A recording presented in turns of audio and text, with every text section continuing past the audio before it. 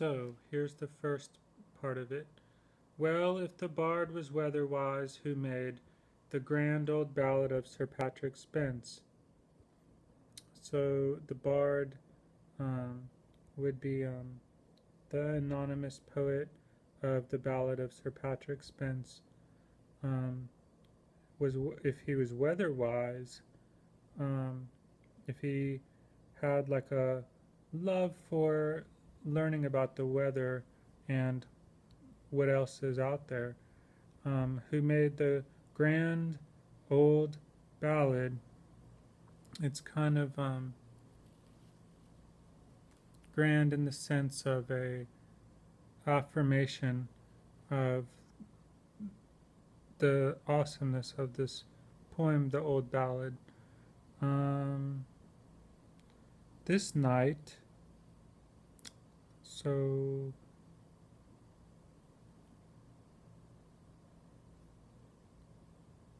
where Coleridge is walking around, so tranquil now,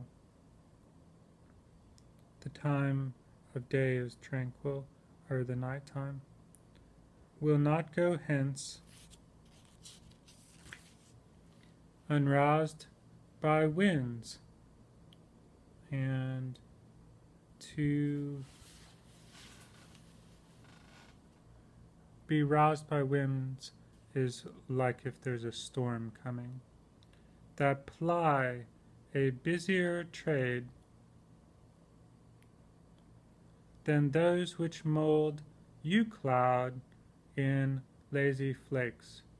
It's probably a cloud near sunset. Lazy flakes.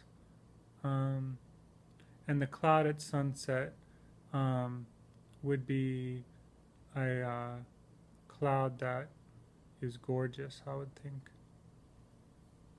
And lazy flakes, or the dull sobbing draught. Well, if it's a dull sobbing draught, I would say that it would have a kind of chaotic element to it that moans and rakes, and the moaning can be, I think it's a little bit different than how it seems.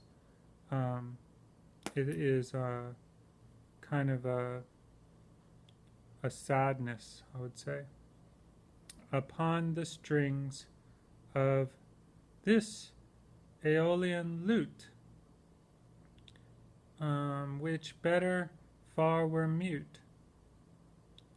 And this one, I think, he's talking a little bit about the nonsense of his music. For lo, the new moon, winter bright. I think here he has a strong sense of the nature that's around him, so he puts it into these words, and what's in the air and its own areas, and overspread with phantom light. I would say that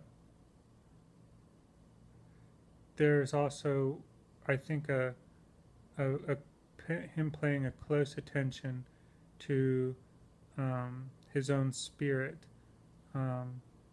being aware of these observations that he's seeing, with swimming phantom light overspread. So he said that again, but the swimming is the different part, and I think that that does it for him. To say it again makes it stronger for him in his verse. But rimmed and circled by a silver thread. So circled by silver thread, it's more than just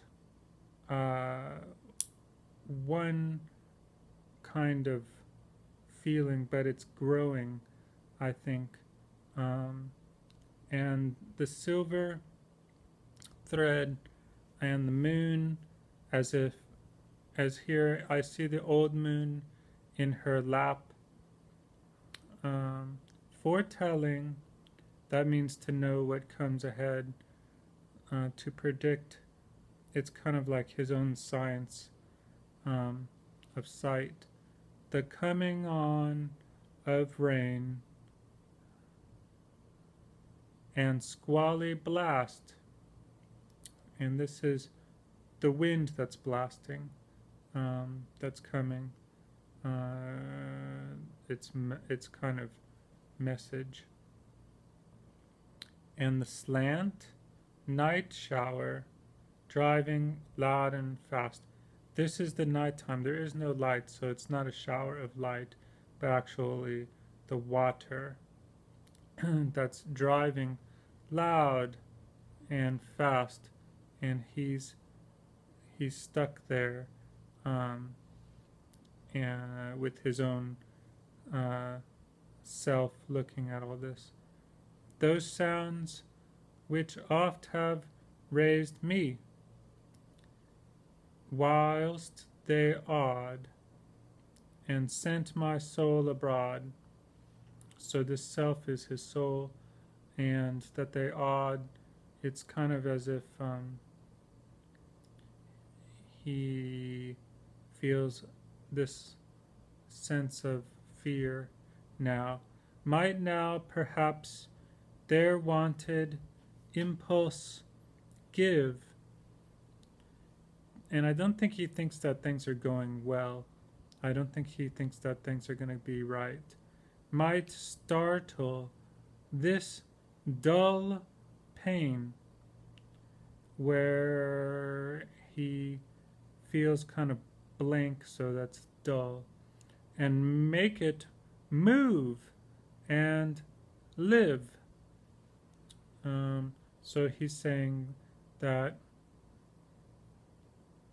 I think that he's looking at the antithetical sense of his own spirit being dejected, and maybe the weather can bring a cause for it to for something to happen.